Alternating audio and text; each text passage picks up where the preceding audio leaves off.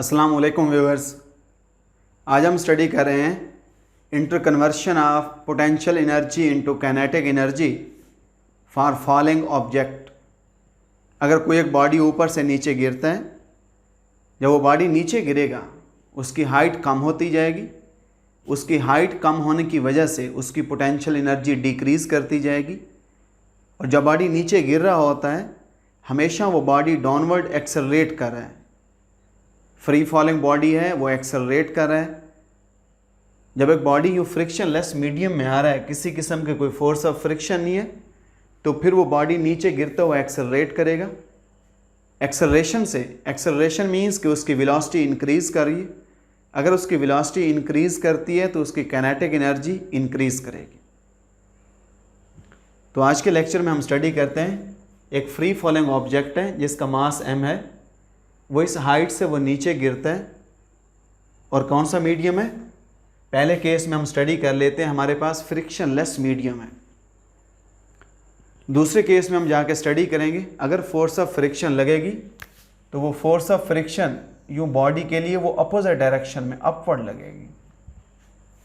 अगर force of friction होगी, पहला केस है हमारे पास जो बॉडी है वो फ्रिक्शन लेस मीडियम के अंदर मूव कर रहा है। हम कहते हैं बॉडी वो यहाँ से मूव करके पॉइंट ए से या पॉइंट ए पे अगर हम डिस्कशन करें, पहले हम पॉइंट ए पे डिस्कशन कर लेते हैं। अगर हम देखें हमारे पास पॉइंट ए के ऊपर वेलोसिटी ऑफ द बॉडी क्या है, हमारे पास 0, बॉडी रुका हुआ है।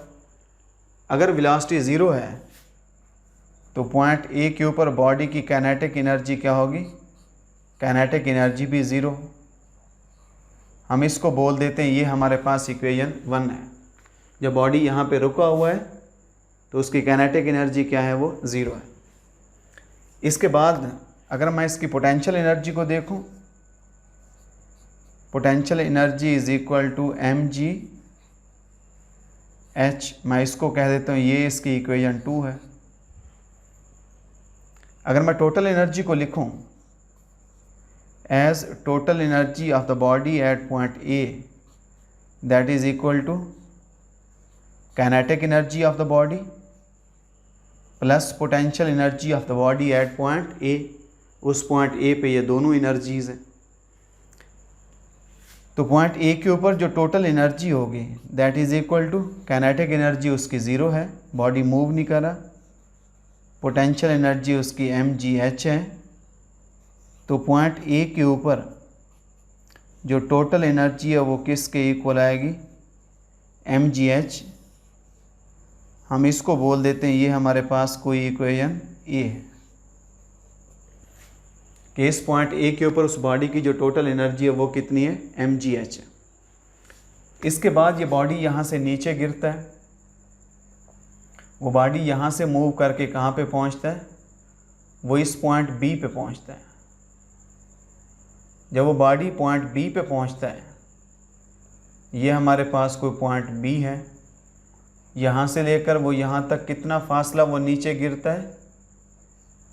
वो बॉडी यहाँ से लेकर यहाँ तक वो x फासला वो डाउनवर्ड गिरता है। फिर यहाँ इस पॉइंट बी के ऊपर उस बॉडी की जो हाइट होगी वो कितनी होगी? h minus x।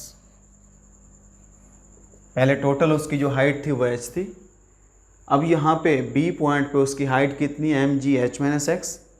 Body vertically x फासला वो यहाँ से नीचे गिरा है। अगर हम पॉइंट बी की डिस्कशन करते हैं, एट पॉइंट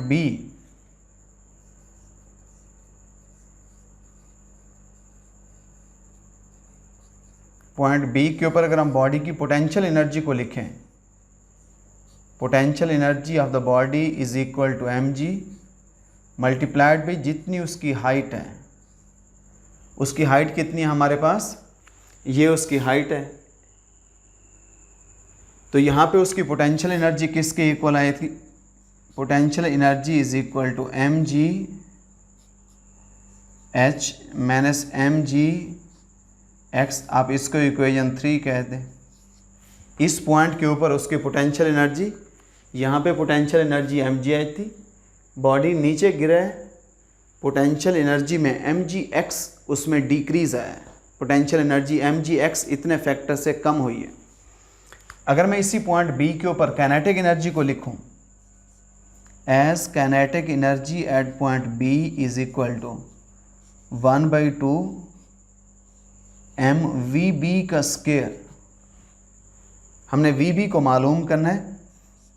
हमें पता है कि as by third equation of motion ये हमारे पास है 2as। जब वो बॉडी वहाँ से नीचे फॉल करता है तो नीचे फॉल करते हुए क्या आ जाएगा, final velocity is equal to V B. Initially point A से गिर के वो बी पे पहुंचता है, इनिशियल वेलोसिटी पॉइंट ए पे 0, डाउनवर्ड आ रहा है। एक्सेलरेशन को क्या लिखेंगे हम, यहाँ पे एक्सेलरेशन को नीचे आते हुए प्लस जी और एस की जगह क्या आ जाएगा एक्स। बॉडी ने वर्टिकली इतना वो डिस्टेंस कवर किया यहाँ से यहाँ तक, तो यहाँ से हमारे पास जो वीबी है, वीबी का स्क्वायर क्या आ जाएगा 2gx। इस वीबी स्क्वायर को यहाँ पे पुट कर दें। Kinetic energy at point B किसके इक्वल आएगी, kinetic energy at point B 1/2 V B का स्क्वायर है 2gx, 2 से 2 cancel. Kinetic at point B is equal to mgx। हम इसको कोई इक्वेशन 4 कह रहे हैं। अब पॉइंट हमारे पास यहाँ से देखें, इस फार्मूला से जब बॉडी यहाँ पे था तो उसकी पोटेंशियल एनर्जी mgh थी। बॉडी यहाँ से मूव करके फ्री फॉल करता है, वो यहाँ पे पहुँचा, पोटेंशियल एनर्जी में mgx की कमी आई है। यहाँ पे काइनेटिक एनर्जी 0 थी, यहाँ पे काइनेटिक एनर्जी mgx है। काइनेटिक एनर्जी में mgx का इजाफा हुआ है। तो पॉइंट ए के ऊपर अगर हम लिखें, पॉइंट ए पे पोटेंशियल एनर्जी ये थी, काइनेटिक एनर्जी 0 थी। पॉइंट बी के ऊपर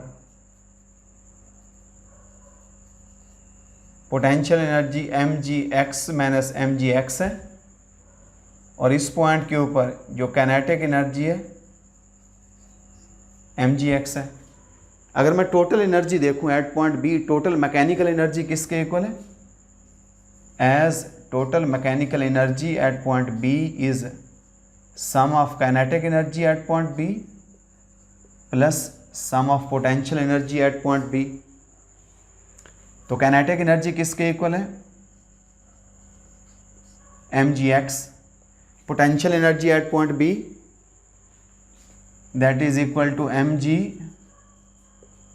माइनस mgx। ये से कटेगा तो पॉइंट बी के ऊपर उसकी टोटल एनर्जी कितनी है mgh। अब इसको इक्वेशन बी कह दें। पॉइंट ए के ऊपर भी टोटल एनर्जी हमारे पास mgh, पॉइंट बी के ऊपर भी टोटल एनर्जी वही है, लेकिन जो बॉडी ऊपर से नीचे वो गिर रहा है, फ्री फॉल कर रहा है, then potential energy is converted into kinetic energy but the total energy remains constant. इसके बाद हम कहते हैं बॉडी पॉइंट बी पे नहीं रुकता, बॉडी यहाँ से पॉइंट सी पे आ जाता है, यहाँ आ जाता है। जो सी पॉइंट है वो कहाँ पे, बिल्कुल ज़मीन के साथ है। बॉडी यहाँ पे है, हम यहाँ पे कहते हैं इसकी जो हाइट है वो हाइट किसके इक्वल है, वो नियरली इक्वल टू 0 है। उसकी हाइट हमारे पास नियरली इक्वल टू 0 है। अगर बॉडी यहाँ से गिर के यहाँ पे आता है तो उसने जो वर्टिकल डिस्टेंस कवर किया है that is equal to h। वो बॉडी यहाँ से यहाँ तक वो h डिस्टेंस वो नीचे गिरा है। मैं इस पॉइंट पे देखता हूँ एट पॉइंट C। अब इसको बोल देते हैं ये कौन सा पॉइंट है, C।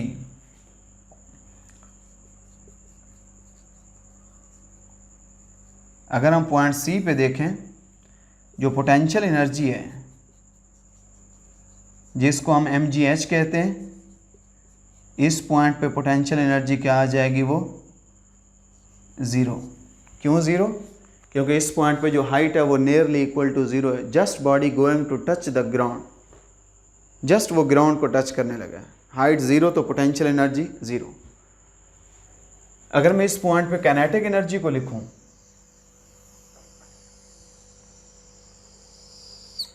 Kinetic energy of the body at point C is equal to 1/2 m vc square, उसकी जो वेलोसिटी है उसका स्क्वायर। पॉइंट यहाँ पे देखते हैं, पॉइंट C के ऊपर वेलोसिटी क्या है, इसी फार्मूले से कैलकुलेट करते हैं जैसे हमने VB स्क्वायर को कैलकुलेट किया। Final velocity square as VF square minus VI square is equal to 2AS। अब इस पॉइंट C के ऊपर यहाँ पे जो फाइनल वेलोसिटी है वो VC square, final velocity is equal to VC। Body initially point A से मूव करके यहाँ C पे पहुँचता है, इनिशियल वेलोसिटी 0, बॉडी नीचे आ रहा है तो एक्सेलरेशन G, और बॉडी यहाँ से मूव करके यहाँ पे पहुँचता है, उसकी हाइट क्या आ जाएगी h। तो VC स्क्वायर किसके इक्वल आएगा 2GH। VC स्क्वायर को उठा के ऊपर वाले फार्मूले में काइनेटिक एनर्जी में पुट कर दें तो kinetic energy at point C is equal to 1/2 m multiplied by VC का स्क्वायर। 2 से 2 कटेगा, kinetic energy at point C is equal to mgh। अब इसको बोल देते हैं, ये हमारे पास कोई इक्वेशन 6 है। अब आप देखें हमारे पास जो पॉइंट कौन सा है, पॉइंट C है। पॉइंट C पे देखें, पॉइंट A पे हमारे पास टोटल एनर्जी कौन सी थी, सारी की सारी उसकी एनर्जी पोटेंशियल एनर्जी थी और वो mgh थी।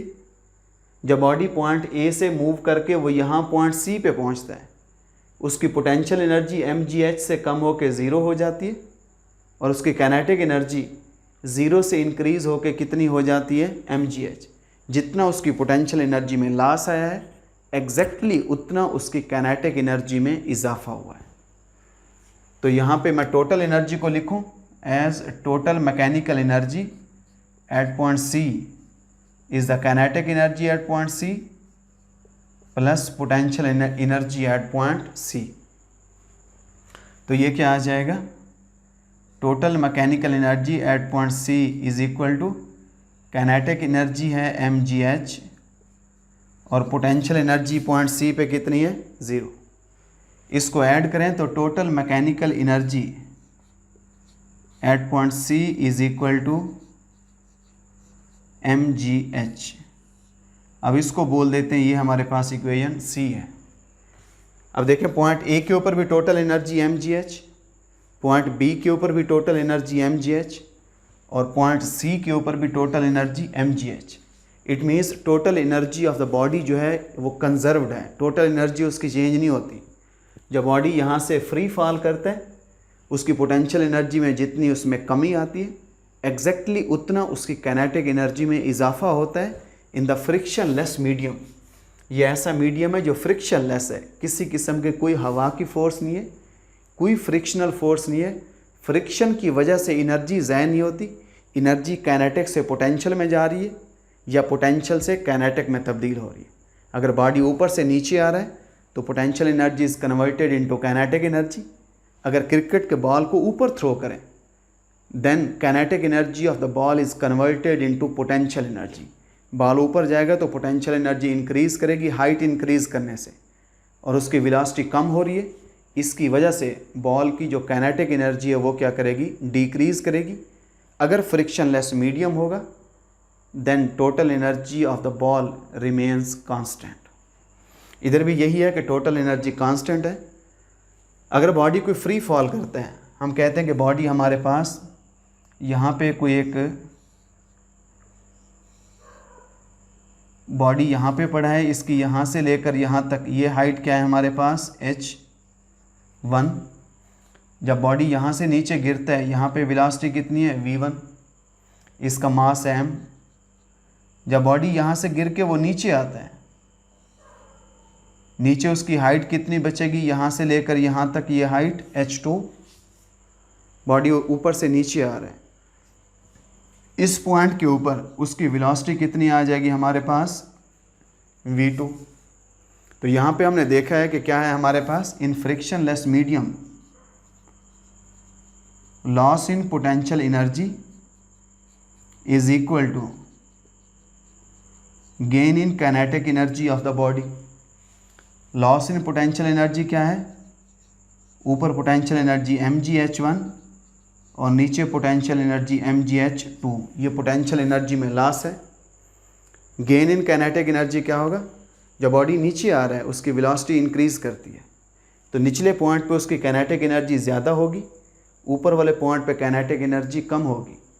तो हम क्या लिखते हैं, ज़्यादा काइनेटिक एनर्जी में से थोड़ी काइनेटिक एनर्जी को लेस कर देते हैं, 1/2 mv2 square minus 1/2 mv1 square. ये हाइट कितनी थी h1, तो 1/2 mv2 square minus 1/2 mv1 square, इतना उसकी काइनेटिक एनर्जी में इजाफा है।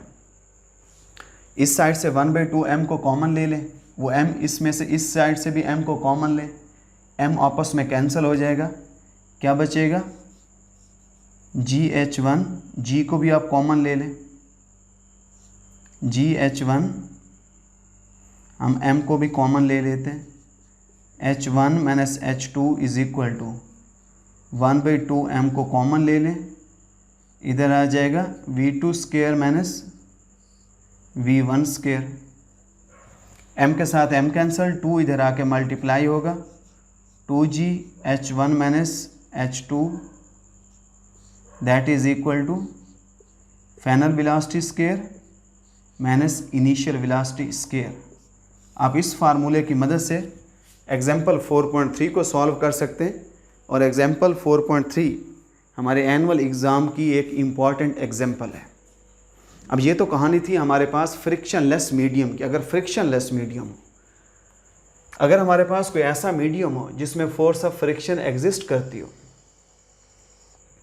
मैं इसमें लिख देता हूँ बी ऑप्शन है हमारे पास,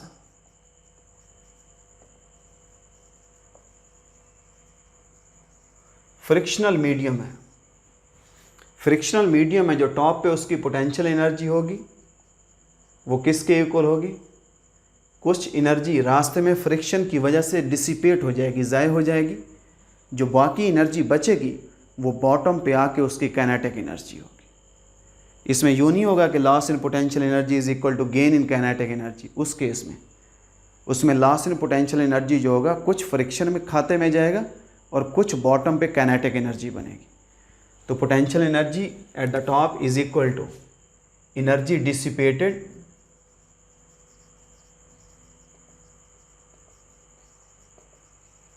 एनर्जी डिसिपेट होती है अगेंस्ट फ्रिक्शन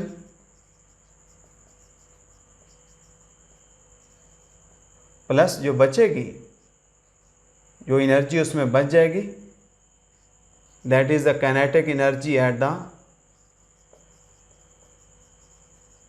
बॉटम। वो बॉटम पे काइनेटिक एनर्जी होगी।